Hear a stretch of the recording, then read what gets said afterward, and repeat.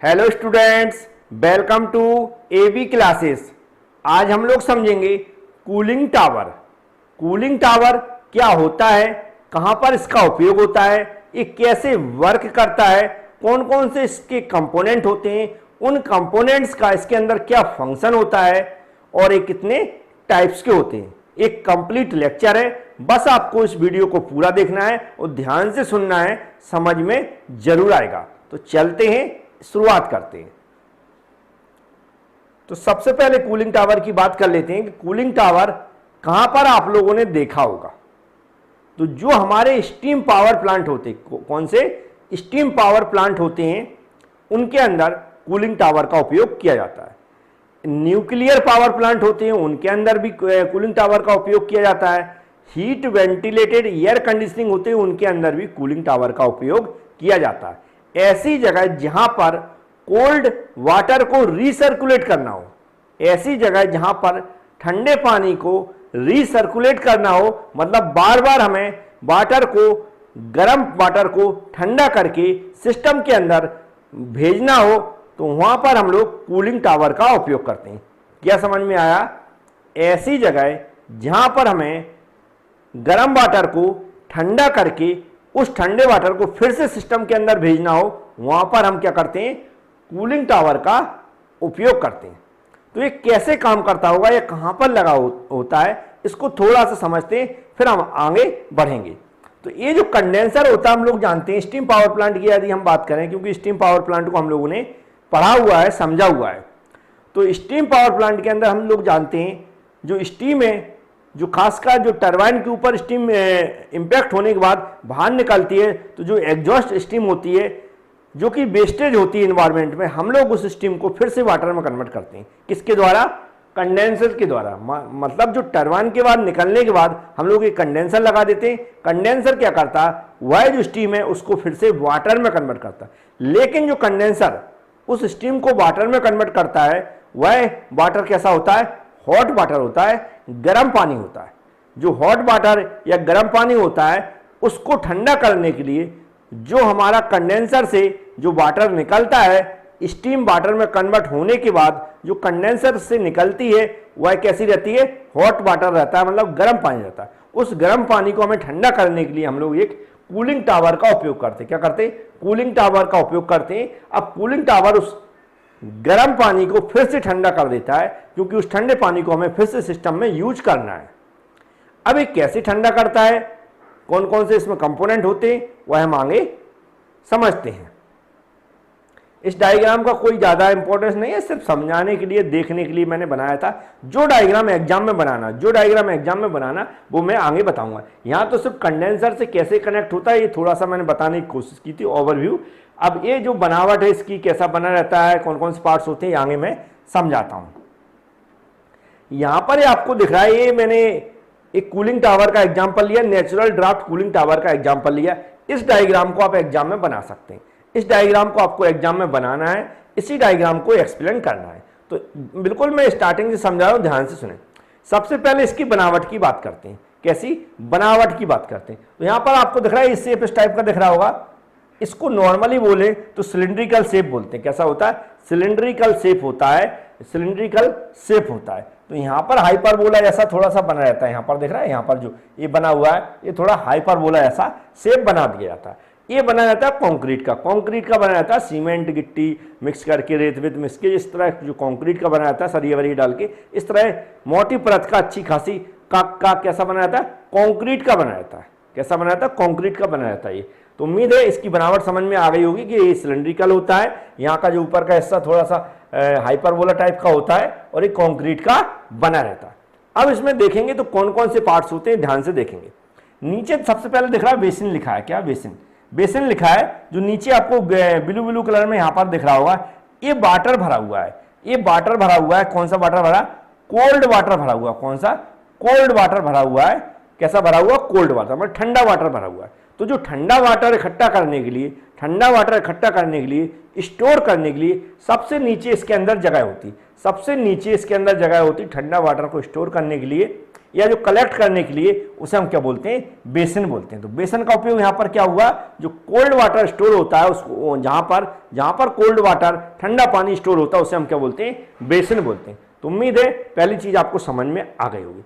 फिर यहाँ पर लिखा है एयर इनलेट, तो यहाँ पर cold air, cold dry air, यहाँ पर ये दिख रही, ये जो जाली टाइप की ऐसी बनी हुई है, इस तरह की बनी हुई है, ये जो स्पेस छोड़ा हुआ है, स्पेस बनाया हुआ है, ये किसके लिए बनाया है, एयर अंदर आती, इसके यहां से क्या आती, एयर अंदर आती, एयर इनलेट होती, मतलब जो एटमॉस्फेरिक एयर है, जो बाहरी एयर है, जो एटमॉस्फेरिक एयर है, वह यहां से अंदर आती, इन होती है कह सकते हैं। तो ये एयर के लिए स्पेस होता है जहां से एयर हमारी अंदर आती है। तो पहली बात समझ गए, एयर कहां से, यहां से अंदर आती है।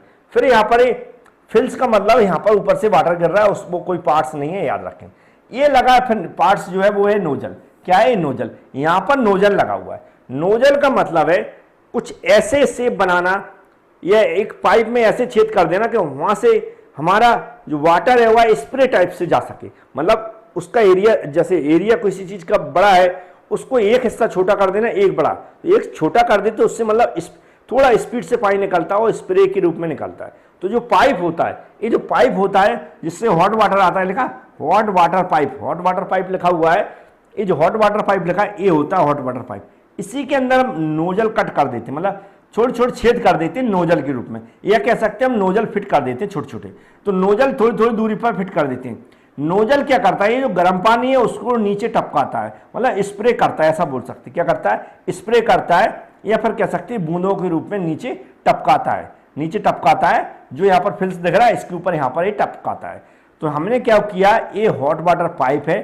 हॉट वाटर पाइप का मतलब है जो हॉट वाटर आता है, जो हॉट वाटर आता है वो इसी पाइप के थ्रू आता है, जो हॉट वाटर आता है वो इसी पाइप के थ्रू आता है, या कह सकते हैं कंडेंसर से निकलने के बाद, कंडेंसर से निकलने के बाद इस पाइप को कनेक्ट कर देते हैं, जिससे हमारा क्या होता है, वाटर अंदर आता है। और इस वाटर को, जो हॉट वाटर आ रहा है, इस पाइप में हम लोग नोजल लगा देते हैं, बहुत सारे नोजल लगा देते हैं स्पेस के हिसाब से। उन नोजल के द्वारा इस पानी को स्प्रे किया जाता है नीचे की ओर, स्प्रे किया जाता है नीचे की ओर। तो इसका भी आपको फंक्शन समझ में आ गया होगा कि नोजल्स और हमारा हॉट वाटर पाइप का क्या फंक्शन है।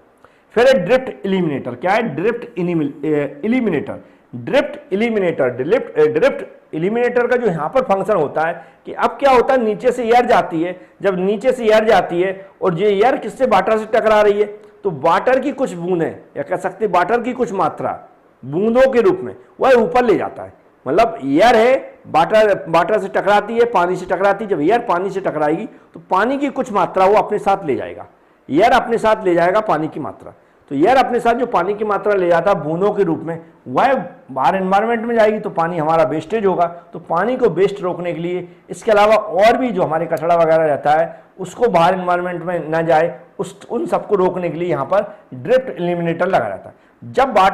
जब एयर इससे टकराती है, जब एयर इससे टकराती है ड्रिफ्ट एलिमिनेटर से, तो जो बूंदें रहती हैं पानी की, या पानी की जो मात्रा रहती है एयर के अंदर, वह यहाँ से ऊपर नहीं जा पाती, सिर्फ एयर अकेली ऊपर जा पाती है और अंदर फिर से वापस वह पानी की बूंदे के रूप में फिर से इसी के अंदर वापस आ जाती है। तो कहने के मतलब जो वाटर की वेस्टेज के लिए यहाँ पर हम ड्रिफ्ट एलिमिनेटर लगाते हैं। इसके अलावा जो हमारा यहाँ पर कुछ ऐसी गैसें हैं जो बाहर निकलेंगी जिससे एनवायरनमेंट को नुकसान पहुंचाएंगी, उनको भी यहाँ पर रोक लिया जाता है। तो ये होगा सिर्फ इसके पार्ट्स। बकाया ऊपर हाइपरबॉलिक शेप लिखा है जो मैंने बता दिया है एक डोम टाइप का होता है, ऐसा कह सकते हैं, डोम टाइप का होता है, सिलिंड्रिकल शेप का होता है। तो ये क्या हो गया, हमारा नेचुरल ड्राफ्ट कूलिंग टावर हो गया। तो इसके अभी मैंने हम लोगों ने जो इसके पार्ट्स थे, इसमें कौन कौन से कंपोनेंट यूज हो रहे थे, उनका इंट्रोडक्शन समझ लिया। कोशिश कर रहा हूँ मैं इस तरह समझाने की कि आप इसको बस यहाँ पर लेक्चर इसको देखने के बाद अब आप लोग इसको एक्सप्लेन कर सकें डायग्राम बना के। बकाया PDF मैंने प्रोवाइड करा दी है इसी लेक्चर के साथ। जो भी आप वीडियो देखेंगे एप्लीकेशन के अंदर, AB क्लास एप्लीकेशन के अंदर, तो वहाँ पर आपको PDF मिल जाएगी। यूट्यूब पर वैसे भी फ्री रहता, तो उम्मीद है और भी ऐसे लेक्चर आप चाहते हैं तो ये चैनल है हमारा, इसको सब्सक्राइब कर लें, बेल आइकन पर क्लिक कर लें। यदि आप यूट्यूब पर हमारा वीडियो देखते हैं या फिर हमारी एप्लीकेशन पर भी देखते हैं और अभी तक आपने चैनल को सब्सक्राइब नहीं किया, सब्सक्राइब कर लें, बेल आइकन पर क्लिक कर लें। और जो हमारा जो अंगूठा टाइप का बना है इसको लाइक कर दें वीडियो। इससे होगा क्या, जो आपके एग्जाम आने वाले हैं उसमें जब जब मैं वीडियो अपलोड करता रहूँगा उसकी इन्फॉर्मेशन आपके पास आती रहेगी। आप चाहे एप्लीकेशन पर वीडियो देखें या फिर हमारे यूट्यूब चैनल पर देखें। यहां पर हम बात करते हैं, अब करते हैं वर्किंग की बात। तो वर्किंग ध्यान से समझिए क्योंकि इंपॉर्टेंट वर्किंग होती है। यहां पर क्या होता है, जैसे मैंने बताया स्टीम पावर प्लांट का एग्जांपल लें, स्टीम पावर प्लांट का हम लोग एग्जांपल ले रहे हैं। जैसा कि हमने जाना कि वहां पर स्टीम जनरेट होती है, स्टीम का हम उपयोग करते हैं टरबाइन को चलाने के लिए, जहां पर खासकर जो बिजली उत्पादन हो रहा है, तो वहां पर टरबाइन से हम बिजली का उत्पादन करते हैं। टरबाइन पे क्या टकराती है, स्टीम टकराती है। टरबाइन पे क्या टकराती है, स्टीम टकराती है। जब टरबाइन से स्टीम टकराएगी तो क्या होगा, वहां पर टरबाइन मूव करेगा, लेकिन वह स्टीम जाती कहाँ है भाई, टकराने के बाद जाएगी कहीं ना कहीं, तो वो उसका जो प्रेशर होता हुआ है लो हो जाता है स्टीम का। तो स्टीम का हम चाहते हैं कि वह बाहर इन्वायरमेंट में वेस्ट ना हो, बाहर इन्वायरमेंट में वेस्ट ना हो, उसका हम लोग उपयोग कर लें। तो उसको हम एक कंडेंसर से गुजारते हैं, कहाँ से, टरबाइन से निकलने के बाद जो स्टीम वेस्ट होगी टरबाइन से टकराने के बाद, उसको हम एक कंडेंसर से गुजारते हैं। कंडेंसर क्या करता है, वहाँ पर उस स्टीम को कंडेंस कर देता है। कंडेंस का मतलब होता है उस स्टीम को फिर से वाटर में कन्वर्ट कर देता है, क्योंकि स्टीम भाप है, भाप को फिर से क्या करता कंडेंसर, किसी कूलिंग मीडियम का उपयोग करके, चाहे वो वाटर का या फिर एयर का उपयोग करके, हम उसको क्या करते, कंडेंस करते। वहां पर जो स्टीम कंडेंस हो रही है, या कह सकते हो वहां पर जो स्टीम वाटर में कन्वर्ट हो रही है, वह वाटर गर्म होता है, एकदम ठंडा नहीं होता, गर्म होता, मतलब उसका कुछ ना कुछ टेम्परेचर होता है। अब उस जो वाटर है, लेकिन हमें सिस्टम में जरूरत है ठंडे वाटर को रिसर्कुलेट कराने की। सिस्टम में जरूरत है कि हम ठंडे वाटर को रिसर्कुलेट कराएं, जहां पर हमें हीट को कम करना, टेम्परेचर को डाउन करना है।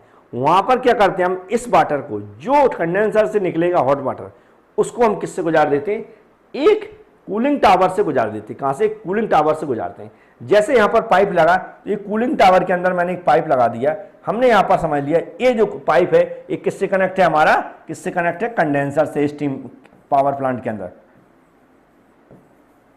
कंडेंसर से पाइप क्या है, कनेक्ट है, मतलब कंडेंसर से कनेक्ट है, और इसके अंदर क्या आ रहा है, हॉट वाटर आ रहा है। हॉट वाटर मतलब गर्म पानी आ रहा है, और गर्म पानी इसके अंदर आ रहा है, तो यहां पर जो नोजल लगे हैं वह गर्म पानी नोजल के थ्रू क्या कर रहा है, बूंदों के रूप में यहां पर ही टपक रहा है, बूंदों के रूप में ऐसा टपक रहा है, बूंदों के रूप में टपक रहा है। अब आप सोच रहे हो बूंदों के रूप में टपक रहा है, ठीक है, नोजल के थ्रू, इतना समझ में आ गया। तो फिर ठंडा कैसे कर रहा है, तो यहां पर हम क्या कर रहे हैं, जो एयर है बाहर से एयर आ रही है, बाहर की इन्वायरमेंटल एयर है भाई, इन्वायरमेंटल एयर है, नॉर्मल होगी, टेम्परेचर होगा उसका। ये हॉट वाटर है, उससे तो कम ही टेम्परेचर होगा, इतना हम सभी लोग जानते हैं। हॉट वाटर से कम टेम्परेचर होगा इन्वायरमेंटल एयर का, ठंडी होगी, मतलब जो वाटर आ रहा है उसकी तुलना में। तो जो यहाँ से ठंडी एयर जा रही है, जो नेचुरल एयर जा रही है, हमारी इन्वायरमेंटल एयर जा रही है, वह क्या है, यहाँ से ऊपर की ओर जाएगी। कैसे जाएगी, ऐसे ऊपर की ओर जाएगी, ऐसी ऊपर की ओर जाएगी, ऐसी ऊपर की ओर जाएगी, ऐसी ऊपर की ओर जाएगी। तो जो वाटर है ये एक दूसरे से क्या होंगे, यहां से एक दूसरे के से मिक्स होंगे एक दूसरे, क्योंकि एयर वाटर से टकराएगी।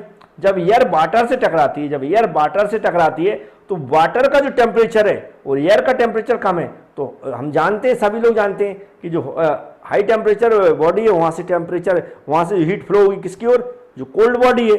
हॉट टेम्परेचर बॉडी से लो टेम्परेचर बॉडी की ओर, कह सकते हैं हाई टेम्परेचर बॉडी से लो टेम्परेचर बॉडी की ओर क्या होती है, हीट ट्रांसफर होती है। तो यहाँ पर एयर का टेम्परेचर कम है, हॉट वाटर का टेम्परेचर अधिक है, तो एयर की ओर हीट ट्रांसफर होगी किसकी, वाटर की। तो एयर क्या करेगी, हीट खींच लेगी उसकी, जितनी भी खींच सकती है, और एयर अब हीट लेके वाटर की ऊपर की ओर चली जाएगी। कहाँ, जो लिखा हॉट ह्यूमिडिटी एयर, हॉट क्यों हो गई, यहाँ से तो ठंडी निकली, लेकिन यहाँ पर हॉट लिखा है। हॉट का मतलब यहाँ से एयर ठंडी अंदर गई, लेकिन वाटर से टकराई, तो वाटर की हीट उसने ले ली, वह एयर कैसी हो गई, गर्म हो गई, और गर्म एयर बाहर चली जाती है।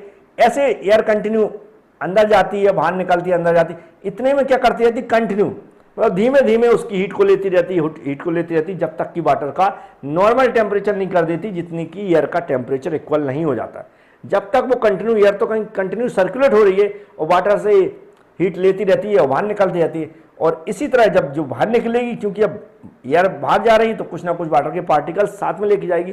तो ये ड्रिफ्ट एलिमिनेटर लगा दिए, जो क्या करेगा, उस एयर से जो वाटर की बूंदें ले जा रहा है उसको यहीं पर टकरा जाएंगी, वाटर की बूंदें वापस इसी से गिर जाएंगी, इसी में गिर जाएंगी, और जो हॉट एयर है वह बाहर चली जाएगी। ऐसी ये प्रोसेस कंटिन्यू चलती रहती है। कैसी, कंटिन्यू प्रोसेस चलती रहती है, और हमारी ये वाटर क्या होता है, ठंडा होकर यहाँ पर स्टोर होता रहता है। यहाँ पर बेसन के अंदर वाटर ठंडा होकर स्टोर होता रहता है। तो ये इसकी वर्किंग थी और इसके पार्ट्स थे। अब जो डिफरेंट टाइप्स के हमारे वाटर कूलिंग टावर होते हैं उनको समझ लेते हैं। तो पहला आपको यहां पर दिख रहा होगा natural draft cooling tower. Natural draft cooling tower, अभी वैसे इसकी हम लोग वर्किंग और फंक्शन पार्ट सब लोग सब कुछ समझ चुके हैं। इंपॉर्टेंट बात करते हैं कि नेचुरल ड्राफ्ट कूलिंग टावर इसको क्यों बोला जाता है? यहां पर जो एयर का सर्कुलेशन होता है, यहां पर जो एयर का सर्कुलेशन हम लोग टावर के अंदर कराते हैं, जो एयर का सर्कुलेशन टावर के अंदर कराते हैं, वह किस तरह करा रहे हैं उस पर डिपेंड करता है। नेचुरल का यहां पर मतलब है, नेचुरल का यहां पर जो नेचुरल लिखा है इसका मतलब है जो यहां पर एयर जा रही, ये जो एयर अंदर जा रही है, ये जो एयर अंदर जा रही है, ये नेचुरल तरीके से जा रही है, बिना किसी पंखे के, बिना किसी ब्लोअर के, बिना किसी अदर इक्विपमेंट की सहायता से। नेचुरल एयर, यहां पर नेचुरल जो इन्वायरमेंटल एयर है वो अपने आप अंदर जा रही है, अपने आप जा रही है बिना किसी की सहायता की, तो नेचुरल तरीके से जिसे हम बोलते हैं। तो ये इस टाइप के जो टावर होते हैं, कूलिंग टावर होते हैं, जिसमें एयर नेचुरल तरीके से अंदर जाती है, बिना किसी ब्लोअर या फैन की सहायता से अंदर जाती है, तो उस टावर को हम क्या बोलते हैं? नेचुरल कूलिंग टावर बोलते हैं। उम्मीद है वर्किंग कंपोनेंट सब एक जैसे हैं, सब काम भी वही करता है, सिर्फ एयर को सर्कुलेट कराने के आधार पर इसको अलग अलग भागों में डिवाइड किया गया। तो पहला है नेचुरल ड्राफ्ट कूलिंग सिस्टम, जिसमें एयर को नेचुरल तरीके से अंदर हम लोग भेजते हैं या कह सकते हैं अपने आप जाती है, उसे हम नेचुरल ड्राफ्ट कूलिंग टावर बोलते हैं। नेक्स्ट यहां पर लिखा mechanical draft cooling tower. Mechanical draft cooling tower, mechanical का मतलब कोई मैकेनिकल कंपोनेंट का उपयोग करके हम लोग इसमें एयर को सर्कुलेट कराते हैं, किसी मैकेनिकल कंपोनेंट का उपयोग करके हम एयर को सर्कुलेट कराते हैं। तो यहां पर एयर को सर्कुलेट कराने के लिए हम लोग क्या करते हैं? फैंस का उपयोग करते हैं या ब्लोअर का उपयोग करते हैं, या ब्लोअर्स का उपयोग करते हैं। फैंस या ब्लोअर, फैंस आपने देखे होंगे पंखे, ब्लोअर भी देखे होंगे।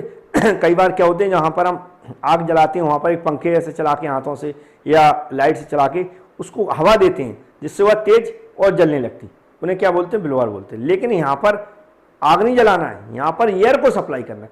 तो हमें जब एयर को और जल्दी इसको ठंडा करना है, एयर और ज़्यादा से ज़्यादा उसमें सर्कुलेट हो, एयर ज़्यादा से ज़्यादा सर्कुलेट हो, इसकी इफिशियंसी बढ़ाने के लिए, कह सकते हैं टावर की इफिशियंसी बढ़ाने के लिए, एयर के सर्कुलेशन को बढ़ाने के लिए हम क्या करते हैं? यहाँ पर मैकेनिकल ड्राफ्ट कूलिंग में क्या करते हैं? फैंस का या फिर ब्लोअर का उपयोग करते हैं। यहाँ पर ये दिख रहा है, ये बना हुआ है यहाँ पर, यहाँ पर और यहाँ पर। यहाँ पर हम क्या करेंगे? फैंस या कह सकते हैं जो हमारे ब्लोअर है उनका उपयोग करके हम क्या करेंगे? एयर के सर्कुलेशन को बढ़ा देंगे। तो जो हमारा मैकेनिकल ड्राफ्ट कूलिंग है ये दो टाइप्स का होता है। मैकेनिकल ड्राफ्ट कूलिंग है दो टाइप्स का होता है, दोनों टाइप्स को समझते हैं। पहला होता है फोर्स ड्राफ्ट कूलिंग टावर। क्या होता है? Force draft cooling tower. Force draft cooling tower, force draft cooling tower में क्या होता है? फैन या ब्लोअर, जो फैन या ब्लोअर लिखा है यहाँ पर फैन लिखा है, ये फैन लिखा हुआ है, ये फैन लिखा हुआ है, ये नीचे साइड लगे रहते हैं। कहाँ? जो हमारा हॉट वाटर रहता है उसके नीचे, या कह सकते हैं जो हमारा कोल्ड वाटर जहाँ पर स्टोर हो रहा है और जो हमारा हॉट वाटर पाइप है, नोजल है, इन दोनों के बीच में लगाया जाता है फैंस। यहाँ पर फैंस लगा जहाँ पर नेचुरल तरीके से ऑलरेडी एयर जा रही थी, सिर्फ उसी जगह मैंने जहाँ पर नेचुरल तरीके से एयर इन हो रही थी उसी जगह यहाँ पर मैंने क्या लगा दिया? फैन लगा दिया। क्या लगा दिया? फैन लगा दिया, फिर ब्लोअर लगा दिया। फैन या ब्लोअर लगा दिया तो फैन से हम क्या कर रहे हैं? एयर को इसके अंदर भेज रहे हैं। फैन से हम लोग क्या कर रहे हैं? एयर या हवा को इसके अंदर भेज रहे हैं। और कैसा? कूलिंग टावर की इफिशियंसी बढ़ाने के लिए, एयर को तेजी से अंदर भेजने के लिए, सर्कुलेट कराने के लिए हम लोग क्या कर रहे हैं? फैंस या ब्लोअर का उपयोग कर रहे हैं। तो इस टाइप के जो कूलिंग टावर उसको हम क्या बोलेंगे? Force draft cooling tower. Force मतलब एयर को फोर्स से भेजना, फोर्स लगाने के लिए हम यहाँ पर फैन का यूज कर रहे हैं, तो फोर्स ड्राफ्ट कूलिंग टावर बोलते हैं इसको। तो उम्मीद है समझ में आ गया होगा। जब नीचे से हम एयर को ऊपर की ओर भेजते, नीचे से ऊपर की ओर एयर जाती है, याद रखें नीचे से ऊपर की ओर एयर जाती है, और नीचे से फोर्स लगा के ऊपर को भेज रहे हैं। नेक्स्ट है इंड्यूस्ड ड्राफ्ट कूलिंग। क्या होती है? Induced draft cooling. अब इंड्यूस्ड ड्राफ्ट कूलिंग में हम लोग क्या करते हैं? तो इंड्यूस्ड ड्राफ्ट कूलिंग में हम क्या करते हैं? एयर को नीचे से और तेजी से खींचने के लिए, एयर को नीचे से ऊपर की ओर खींचने के लिए हम लोग क्या करते हैं? यहाँ पर एक फैन लगा देते हैं। क्या लगा? फैन लिखा हुआ है, ये यहाँ पर एक फैन लगा। ये करता क्या फैन? फैन क्या कर रहा है? जो एयर यहाँ से नेचुरल तरीके से जा रही है, जो एयर यहाँ से नेचुरल तरीके से जा रही है, इस नेचुरल एयर को ऊपर की ओर खींचता है। फैन क्या कर रहा है? ऊपर की ओर खींच रहा है। ये ऊपर की ओर एयर को खींच रहा है। किसकी सहायता से? यहाँ पर जो पंखे लगे हुए हैं, यहाँ पर जो फैंस लगे हुए हैं, वो क्या कर रहे हैं? नीचे से, जो नीचे यहाँ से एयर जाएगी उसको और तेजी से ऊपर की ओर खींचते, क्योंकि ऊपर की ओर खींचेंगे तो यहाँ से जो वाटर टपक रहा है, गरम गरम वाटर, उससे ज़्यादा से ज़्यादा हीट को ऊपर की ओर ले जाएंगे और ऊपर एयर, हमारी गर्म एयर ऊपर चली जाती है, और हीट को ज़्यादा से ज़्यादा वो क्या कर सकते हैं? एक्सचेंज कर सकते हैं। तो यहां से क्या हो रही है, जो एयर नेचुरल तरीके से जा रही है उस एयर को ऊपर की ओर खींचते हैं, जिससे यहां ज्यादा से ज्यादा एयर सर्कुलेट हो सके। एयर ज्यादा से ज्यादा पास होगी, उतनी ज्यादा से ज्यादा पास होगी, जल्दी जल्दी पास होगी, तो वहां उतनी जल्दी इस वाटर को ठंडा करेगी। मतलब यहां पर भी जो इंड्यूस्ड ड्राफ्ट कूलिंग टावर है, इफिशियंसी बढ़ाने के लिए हम लोग यहाँ पर फैन का यूज करते हैं। लेकिन याद रखें, इंड्यूस्ड ड्राफ्ट कूलिंग में ऊपर फैन का यूज करते हैं, जहां पर ये एयर को खींचता है। यहां पर जब मैंने फोर्स ड्राफ्ट कूलिंग की बात की थी, तो यहां पर जो नीचे से कह सकते हैं, नीचे से ऊपर की ओर भेजता है फोर्स लगा के, यहां पर ये नीचे से ऊपर की ओर खींचता है। तो फैन का प्लेस कहां हो गया, यहां पर ऊपर हो गया, और फोर्स में नीचे था, तो इंड्यूस्ड में कहां, ऊपर लगाते हैं फैन को, और ये नीचे से एयर को खींचता है, जो नेचुरल एयर आती है एटमॉस्फेयर से अंदर, उसको ऊपर की ओर खींचता है। तो इस टाइप के जो ड्राफ्ट कूलिंग टावर, उसको हम क्या बोलेंगे, induced draft cooling tower. Next होता है काउंटर फ्लो कूलिंग टावर। क्या होता है, counter flow cooling tower. Counter flow cooling tower, counter flow cooling tower मतलब एक ऐसा टावर होता है जिसमें जो वाटर गिरता है और जो एयर पास होती है वह एक दूसरे के अपोजिट होती है। अगर मान लो ऐसा ऊपर से वाटर आ रहा है, क्या आ रहा है, वाटर आ रहा है ऊपर से, तो इसके अपोजिट में एकदम क्या होना चाहिए, एयर पास होना चाहिए। कैसा, अपोजिट डायरेक्शन, काउंटर फ्लो होना चाहिए। तो यहां पर हम देख रहे हैं कूलिंग टावर वही है, काम भी वही करता है, पार्ट्स के फंक्शन भी वही है, लेकिन एयर और वाटर का जो सर्कुलेशन है उसको उसमें किया। तो यहां पर आपको क्लियर दिख रहा है, ये वाटर ऐसा आ रहा है, सीधा वाटर ऊपर से गिर रहा है और एयर नीचे से ऐसी जा रही है। मतलब इस टाइप के जो कूलिंग टावर है, इसमें जो वाटर एकदम ऊपर से आ रहा है और एयर नीचे से आ रही है, लेकिन एक दूसरे काउंटर फ्लो दिख रहा है, एकदम एक दूसरे के क्रॉस में, एकदम एक दूसरे क्या कर सकते हैं, अपोजिट डायरेक्शन में, एकदम एक दूसरे के अपोजिट डायरेक्शन में। तो इस टाइप के फ्लो को हम लोग क्या बोलेंगे, काउंटर फ्लो कूलिंग टावर बोलेंगे। क्या बोलेंगे, काउंटर फ्लो कूलिंग टावर बोलेंगे। Air and water flow in opposite direction. यहाँ पर मैंने क्लियर लिख भी दिया है, इससे आपको अच्छे समझ में आ जाए। क्या लिखा है, air and water flow in opposite direction. तो उम्मीद है ये भी आपको समझ में आ गया होगा। नेक्स्ट है हमारा क्या है, क्रॉस फ्लो कूलिंग टावर। क्या है, cross flow cooling tower. Cross flow cooling tower, cross flow cooling tower को देखो, फंक्शन वही है, पार्ट्स भी वही है, काम भी वही है, लेकिन एयर और वाटर को सर्कुलेट कराने का तरीका अलग अलग करके, या जैसी व्यवस्थाएं होती है वहां जैसा बनाया जाता है उसके आधार पर इसको क्लासिफाई कर दिया गया। तो नेक्स्ट क्या है, cross flow cooling tower. Cross flow में जो है होता है कि यदि एयर अगर ऊपर से आ रही है, वाटर यदि ऊपर से आ रहा है, वाटर यदि ऊपर से आ रहा है, तो इसके राइट 90 डिग्री में क्या होना चाहिए, एयर पास होना चाहिए। क्या होना चाहिए, एयर। मतलब एयर और वाटर अगर जो पास हो रहे हैं, एयर और वाटर पास हो रहे हैं एक दूसरे के प्रति, तो एकदम एक दूसरे के परपेंडिकुलर होने चाहिए, एक दूसरे के परपेंडिकुलर होने चाहिए, एक दूसरे से 90 डिग्री पर होने चाहिए। जैसे कि यहाँ पर आप देख सकते हैं, यहाँ पर जो वाटर ऊपर से आ रहा है, हमें दिख रहा है वाटर कहाँ से आ रहा है, ऊपर से आ रहा है, वाटर ऊपर से आ रहा है, लेकिन एयर ऐसी जा रही है। मतलब एक दूसरे से अगर देखें तो परपेंडिकुलर हो जाएंगे, क्योंकि ये हमारा ऐसा है तो ये ऐसा है, मतलब एक दूसरे से 90 डिग्री बना रहा है परपेंडिकुलर। तो ऐसा कूलिंग टावर जिसमें एयर और वाटर एक दूसरे से परपेंडिकुलर पर क्या हो रहा है, फ्लो हो रहे हैं, तो उस टाइप के कूलिंग टावर को हम क्या बोलेंगे, क्रॉस फ्लो कूलिंग टावर। यहाँ पर भी देख सकते हैं, यहाँ से क्या हो रहा है, वाटर भाई ऊपर से आ रहा है, बिल्कुल ऊपर से आ रहा है एकदम परपेंडिकुलर डायरेक्शन में, लेकिन एयर हमारी ऐसी हॉरिजॉन्टल जा रही है, मतलब एक दूसरे से कैसे हो गए, परपेंडिकुलर डायरेक्शन में हो गए। तो इस टाइप के कूलिंग टावर को जहां पर एयर और वाटर जो सर्कुलेट होते हैं वह कैसे एक दूसरे के परपेंडिकुलर हो, उसको हम क्या बोलते हैं, क्रॉस फ्लो कूलिंग टावर बोलते हैं। तो ये मैंने कोशिश की आपको समझाने की, कि जितना समझाना चाहिए उतना मैंने समझा दिया। इसको आप बड़े आसानी से एक्सप्लेन कर सकते हैं। बकाया पढ़ना है आपको तो पीडीएफ जो रहती है एबी क्लास एप्लीकेशन के अंदर, उसके अंदर मैं प्रोवाइड करा दूंगा। हिंदी और इंग्लिश में सारे डायग्राम मिलेंगे, उसको एप्लीकेशन भी मिलेंगी, वर्किंग भी मिलेगी, इंट्रोडक्शन मिलेगा, सब कुछ मिलेगा। तो उम्मीद है उस पीडीएफ को जरूर एक बार पढ़ लिया करें। Thank you.